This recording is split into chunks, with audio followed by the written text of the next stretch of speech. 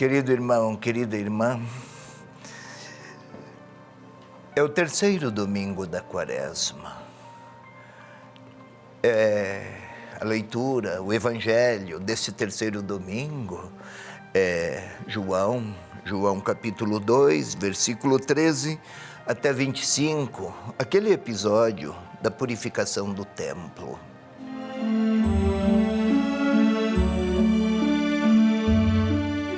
Como sempre, primeiro a gente lê, depois uma interpretação, no passo seguinte, a segunda parte, e então a oração. Vamos lá? Estando próxima a Páscoa dos judeus, Jesus subiu a Jerusalém. No templo, encontrou os vendedores de bois, de ovelhas e de pombas, e os cambistas sentados.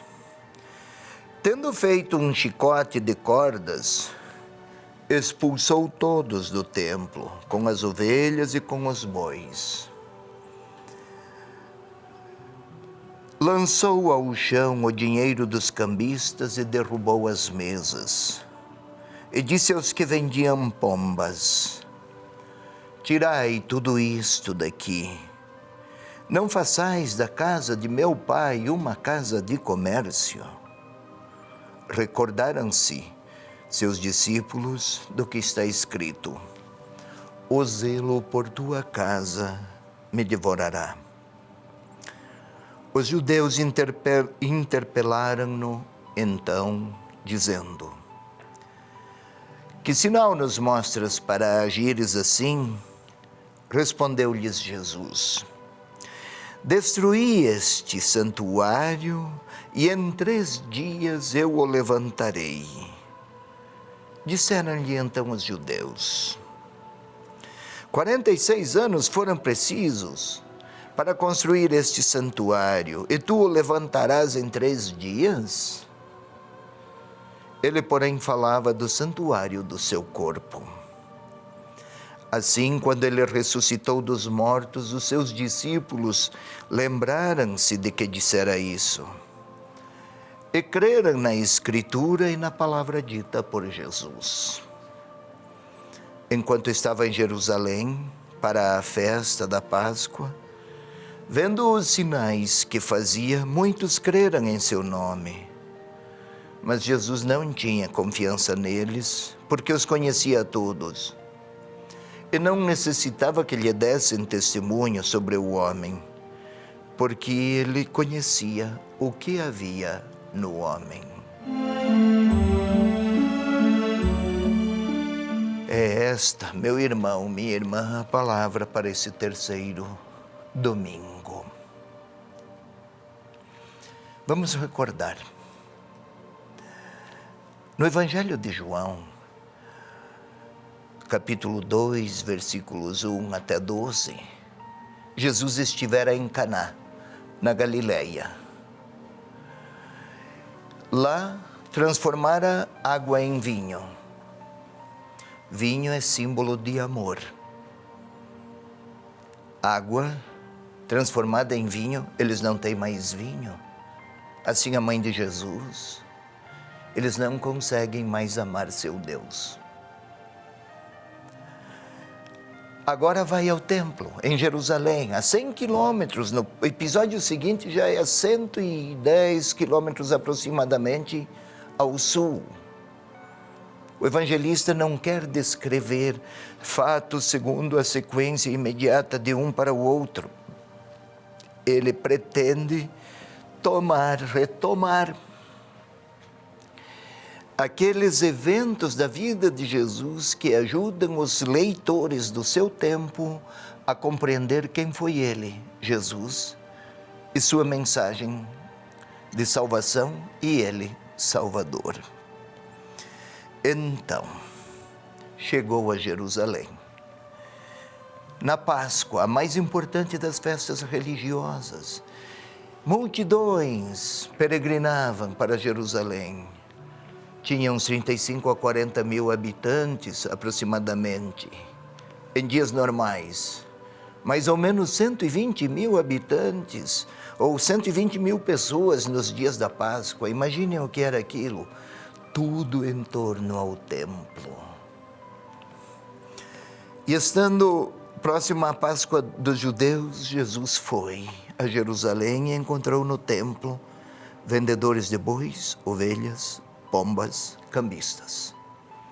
Todos os que chegavam a Jerusalém deveriam, era parte da ritualidade da peregrinação, oferecer alguma coisa no templo.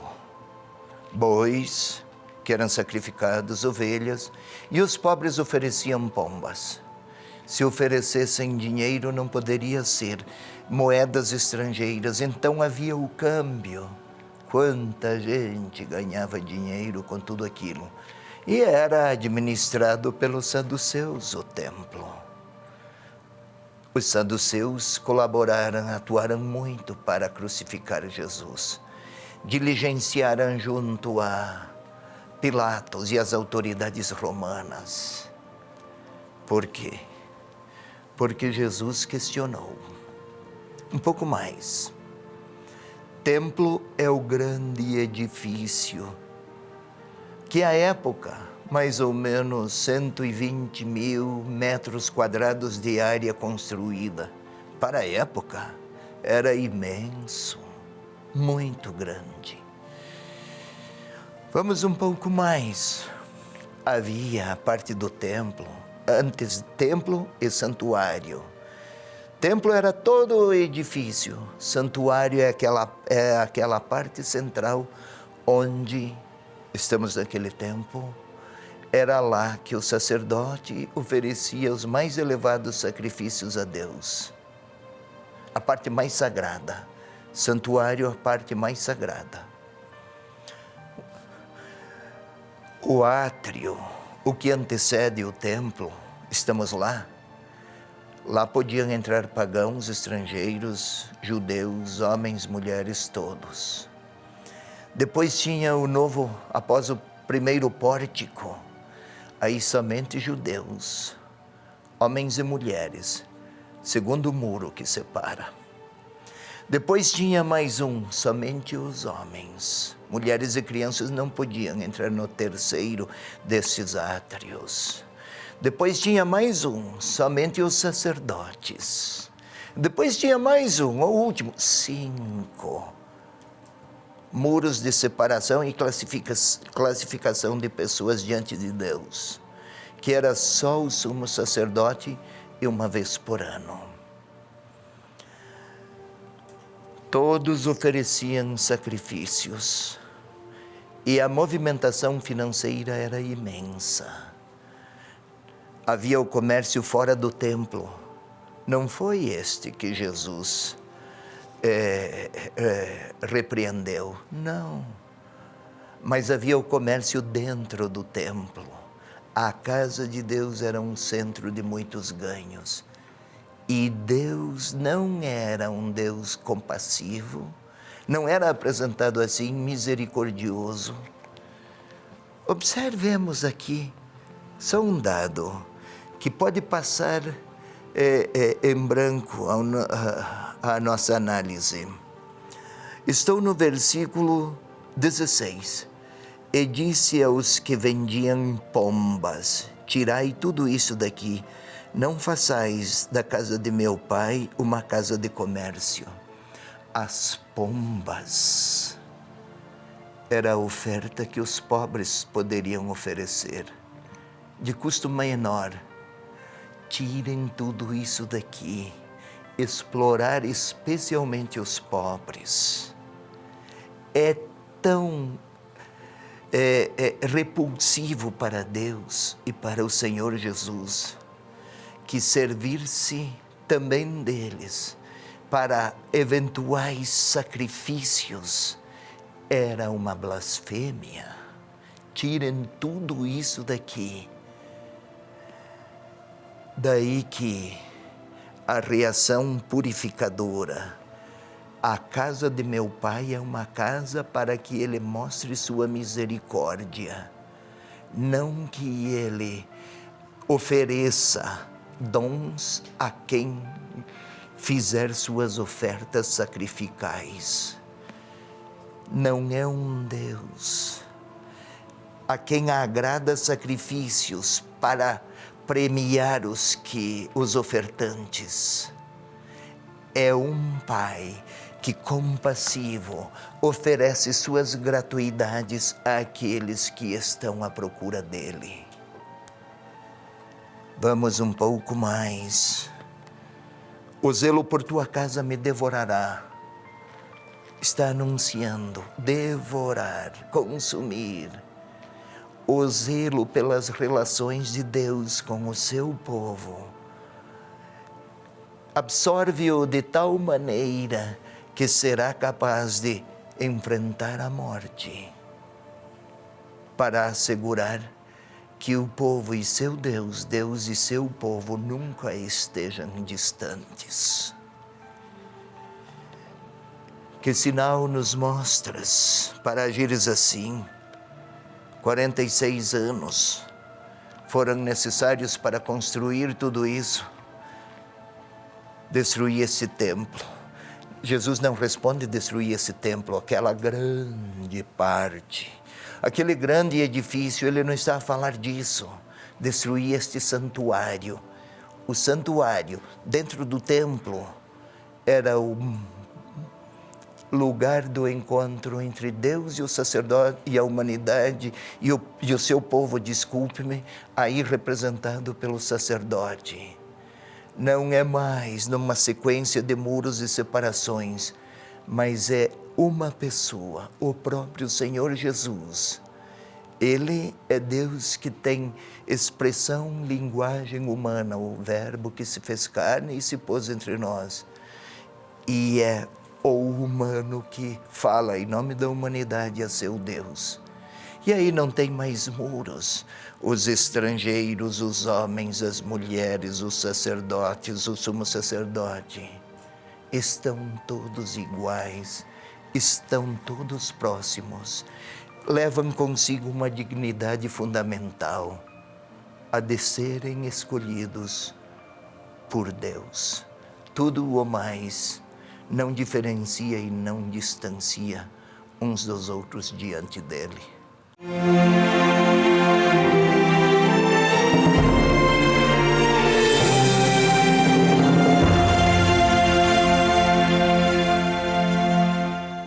A TV Evangelizar também está no Instagram. Segue a gente por lá.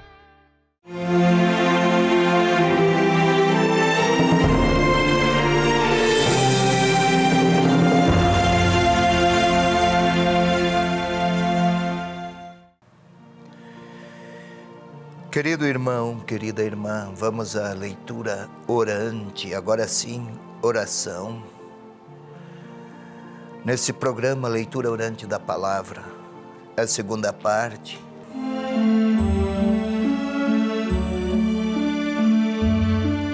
Novamente, ponhamo-nos, como sempre, numa posição que favoreça a intimidade conosco mesmos. Primeiro conosco, numa espécie de pacificação da nossa interioridade, para então sim, o passo seguinte. Do outro modo, seria um diálogo com o Senhor, um diálogo de distraído, de distraída. Nem conosco, entre nós, os diálogos de distraídos têm muito resultado. Não façamos o mesmo. Não façamos isso com Deus. Feche seus olhos. Uma posição que favoreça o olhar para dentro de si. Queira sentir o seu coração a bater no seu peito. É preciso concentração. É pulsante. Ele pulsiona o sangue a percorrer todas as vias arteriais. Recebe o sangue e o envia numa espécie de movimento que nunca cessou. Esta bela máquina que somos nós não é apenas um corpo ou máquina. Amamos, queremos bem, escolhemos a verdade e até, por vezes, escolhemos o mal. É com esse corpo. Que o Espírito Santo venha, pois. Vamos pedir que Ele venha nos purificar e nos qualificar, para que possamos orar, para que possamos ouvir o Senhor, possamos lhe falar. Espírito Santo de Deus, és pessoa divina, és amor.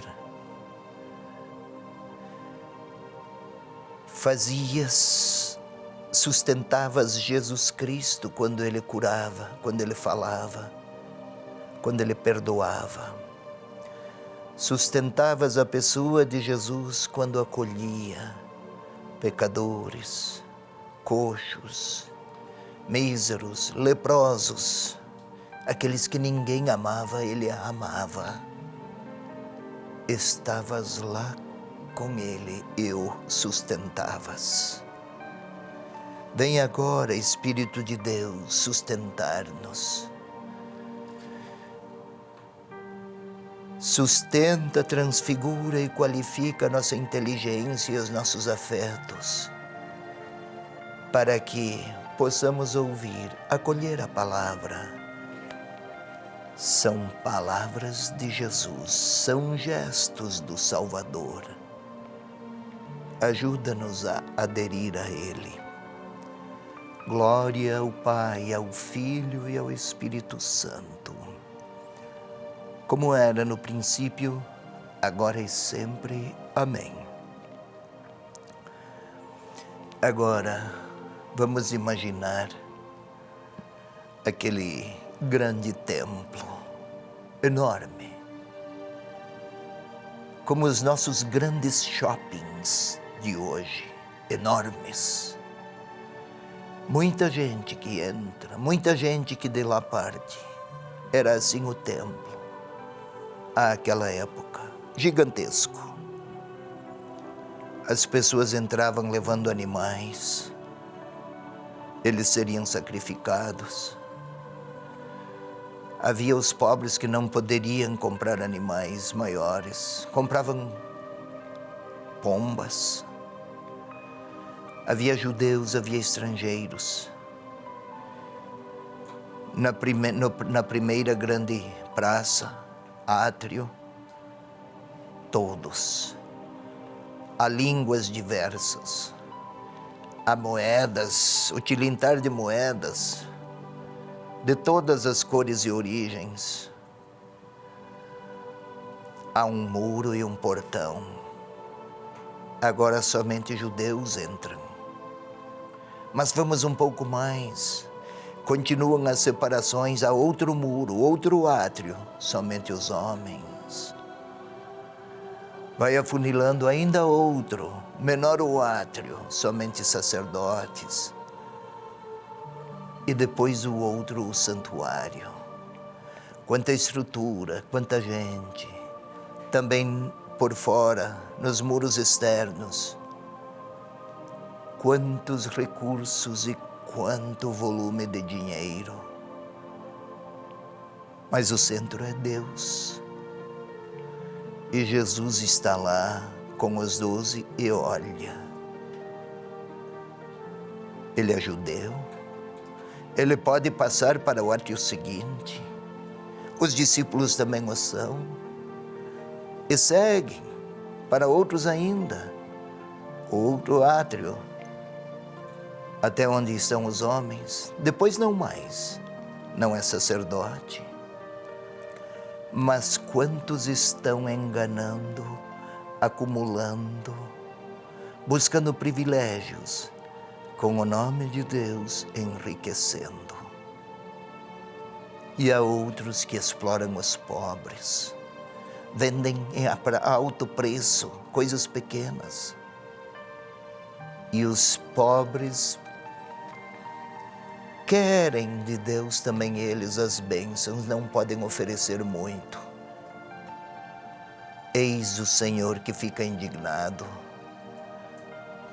Podemos até imaginar a confusão com aquelas moedas que caem e se espalham pelo chão. As pessoas que se afastam, seus urros que dão, indignados, alguns animais que fogem. Talvez a polícia do templo também esteja a chegar por lá. E aí a pergunta: por quê? A casa do meu pai tornou-se um lugar de ganhos de exploração, um lugar de comércio.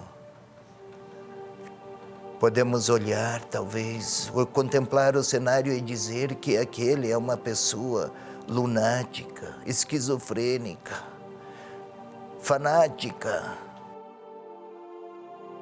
Mas a resposta aponta para uma reflexão. A casa do meu pai. Podemos agora colocar-nos lá, naquela confusão e naquele ambiente. Talvez queiramos agradar a Deus com ofertas. Há muita gente, eram muitos os que compravam para conquistar de Deus benefícios e vantagens. Muitos.